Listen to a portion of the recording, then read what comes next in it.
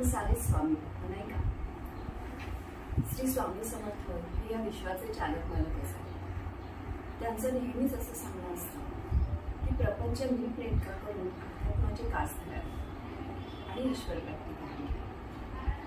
आता यामध्ये आपण अनेक गोष्टी करतो, जसं नामस्मरण, जप, पारायण, पोथी वाचन. आता त्यातलं सगळ्यात प्रभावी माध्यम म्हणजे पाठ. नामस्मरण तर आहेच, ते तर रोजच करायला. पण आपल्याला विशिष्ट गोष्टींची आवश्यकता असते, विशिष्ट गोष्टींची जेव्हा गरज असते, म्हणजे एखादी गोष्ट आपल्याला भावी अशी वाटते आणि ती होत नाही, अडथळे येत नाही, तर त्यासाठी आपण पारायण करण्याचं माध्यम.